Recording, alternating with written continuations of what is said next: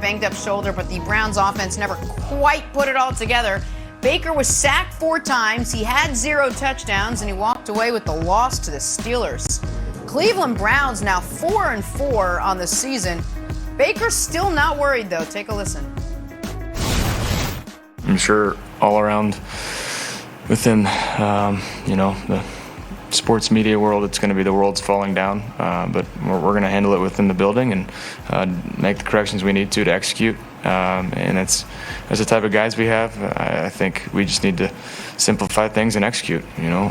We have a good enough team. It's just that we're kicking ourselves in the foot right now, stubbing our toes, and just need to execute. Need to get that confidence, need to get that rhythm, and just build 1 week at a time. That's why I said we're going to chip away. There's no big picture mindset. We got to chip away 1 week at a time, and we'll do just that.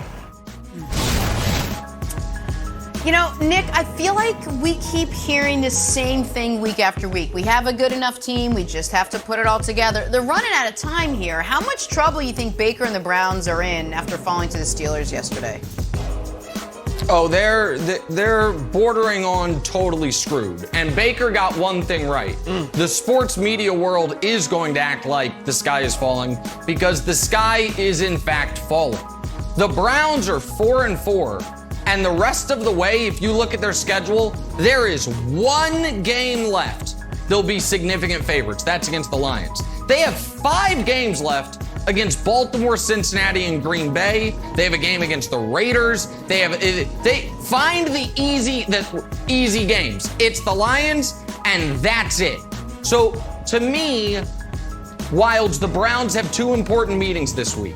One is where are we trading Odell?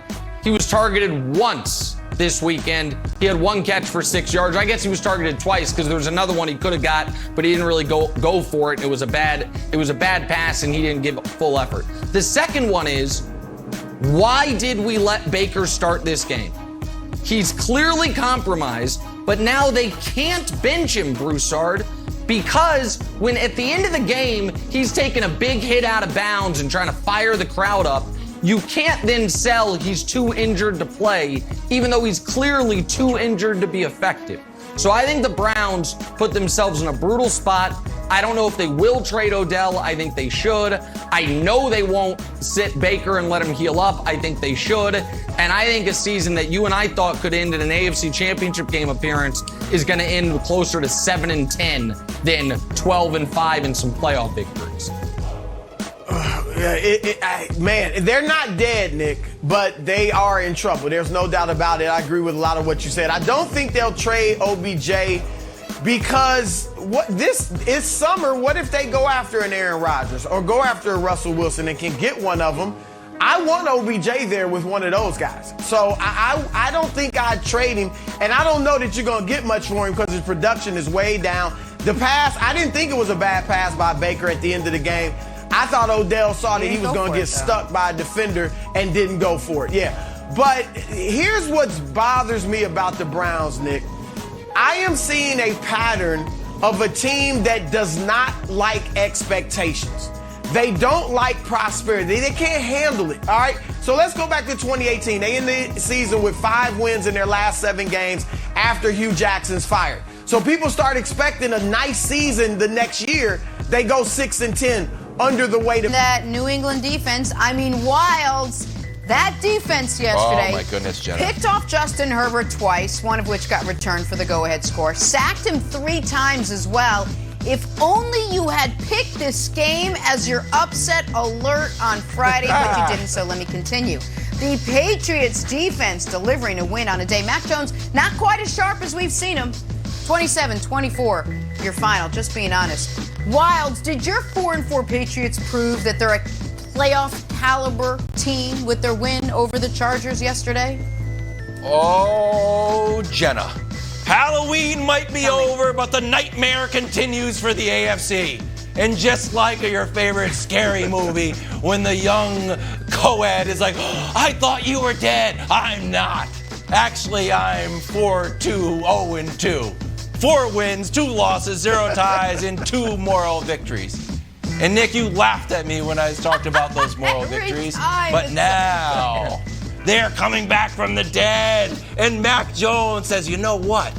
I can go up against a great defense. I can go toe-to-toe with Dak Prescott and Tom Brady. And you know what else I can do? I can air it out. If we can show the stats, I know you're like, Mac Jones just does stinking dunks. Not anymore, my friend. That was the old Mac Jones. Now Mac Jones is airing that thing out. Woo-hoo-hoo-hoo! 7 for 12, 2 touchdowns, 0 interception. And look at that passer rating. If you're keeping track, the passer rating has increased by 135 points. Show me another quarterback whose passer rating has increased by 135 points. You can't.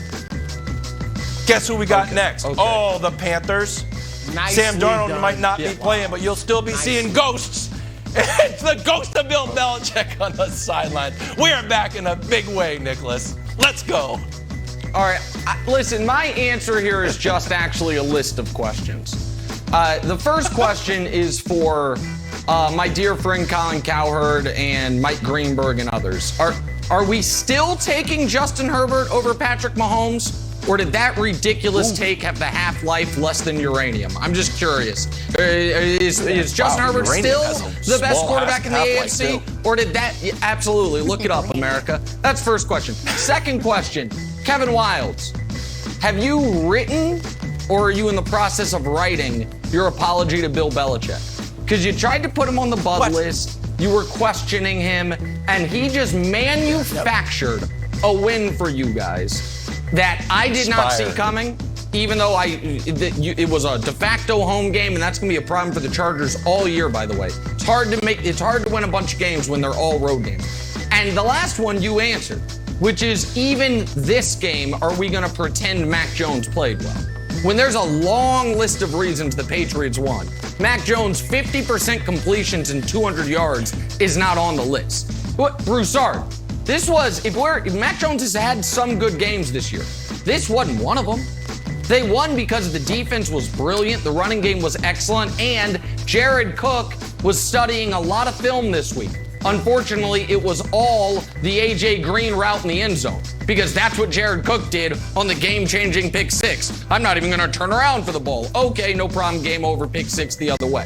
And so the Patriots are, to answer the question, Jenna, no, they didn't prove they're a playoff caliber team. They might make the playoffs, which proves they're not an awful team the way I thought they were. I will give them credit for that. Hold on. What? You're confused by that? They proved that they're alive for the postseason. They didn't prove they're a playoff caliber team. No, they're going to win 8 or 9 games. Maybe 9 games get you in.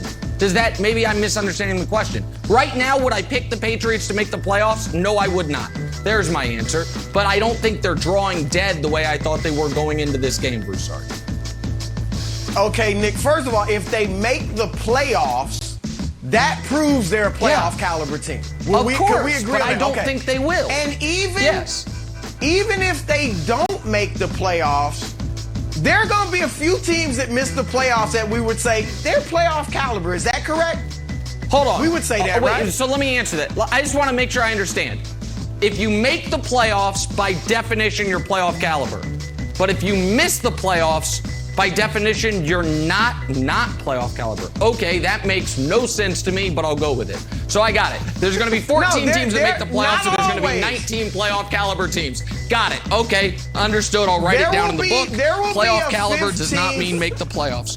Okay, got it. Playoff there caliber. There will be a 15th or a 16th team maybe that we say they were playoff caliber. They were close. Caliber means you're in the league. You live in that neighborhood. But I picked the Patriots to make the playoffs, as did Wiles. 2 of the 3 of us on this panel picked them. 2 of the 4 of us picked them to make the playoffs. So I'm feeling good about it. It's going to be tough because the AFC is deep. But Nick, I like what you said about Justin Herbert because it reminded me if and he's not the only one. Lamar Jackson a couple weeks ago. There are games other great quarterbacks have, and I say if Pat Mahomes had that game, people would be killing him. So I'm with you on that. Course. That was very well said. Where you went awry, though, was the criticism of Mac Jones.